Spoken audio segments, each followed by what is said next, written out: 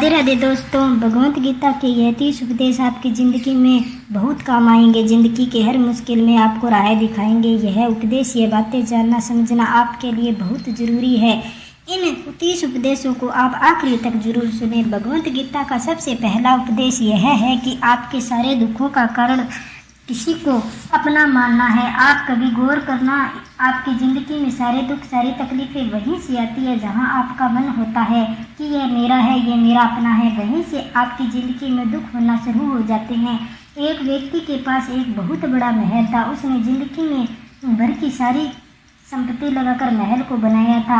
आसपास के शहरों के कई लोग उसको देखने आते थे। कई बड़े बड़े सेठ उसके महल को खरीदने की कोशिश करते थे और वो महल उसका अहंकार था, उसके जीने की वजह था। उसका उस महल में बहुत मोह था। एक दिन उसके महल में आग लग गई और वो कहीं बाजार गया हुआ था। जब वो घर लौटने को आया तो उसने देखा कि महल आग में जल रहा है। अपने घर को आग में जलता देखकर उसे इतना दुख हुआ। उसने कहा, अगर यह महल नहीं रहेगा तो मैं भी जिंदा नहीं रहूँगा।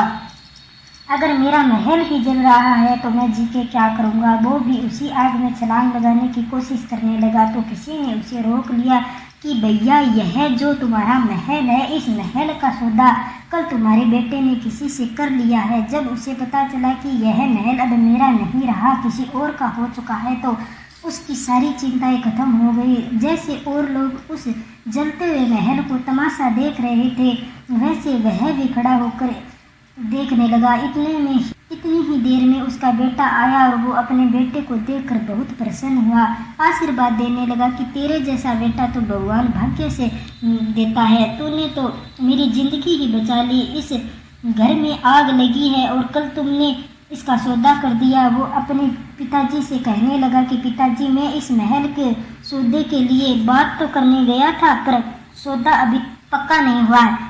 जब उसके पिता ने यह सुना कि अभी इस महल का सौदा हुआ नहीं है तो वो फिर फूट फूट के रोने लगा। फिर अपनी छाती पीटने लगा। महल वही था, इंसान वही है, लेकिन जब महल मेरा है तो वो दुख भी देता है और सुख भी देता है, लेकिन जब वो मेरा नहीं है तो उससे कोई रिश्ता नहीं, तो सारे दुख ही खत्म हो जाते हैं। ऐसा ही ज़िंदगी में जब किसी जगह को, किसी इंसान को, किसी रिश्ते को, किसी काम को अपना मान लेते हो और मेरा नाम लेते हो और मेरा मान लेते हो, वहीं से हर तकलीफ़ों की शुरुआत होती है। तो श्री भागवत गीता का पहला उपदेश यही है कि आप किसी को अपनी ज़िंदगी जीने की वजह मान लेते हो कि इसके बिना तो मैं जी ही नहीं सकता, तो वो चीज़, वो इंसान, वो काम बहुत दुख देते हैं।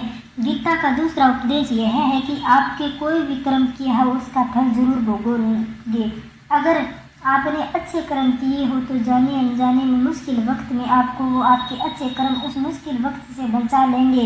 अगर आपने गलत कर्म किए हो, पाप किए हो, तो उसकी सज़ा भी जरूर मिलेगी। कोई इंसान कितना ही छुपकर कर्म करे, चाहे वो कितना चालाकी से कर्म, ईश्वर के चारों तरफ कैमरे लगे हुए हैं। हमारे एक एक कर्म पर वो प्रकृति परमात्मा अपनी दृष्टि बनाए रखते हैं।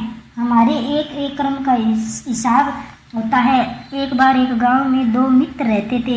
उन दोनों ने विचार किया कि इस गांव में हम धन नहीं कमा रहे हैं। वो दोनों धन कमाने के लिए शहर में चले गए। कुछ वर्ष वहां रहकर उन्होंने काफ़ी धन कमाया। फिर सोचा कि अब हम अपने घर वापस चलते हैं। पर्याप्त मात्रा में हमने धन कमा लिया है। उस समय पे यातायात की इतनी सुविधा नहीं होती थी। वो अपने वेलों पर ही यात्रा करते थे और करते रहते थे। चलते चलते मार्ग में रात हो गई तो उन्होंने विचार किया कि आज रात हम यहीं विश्राम करेंगे।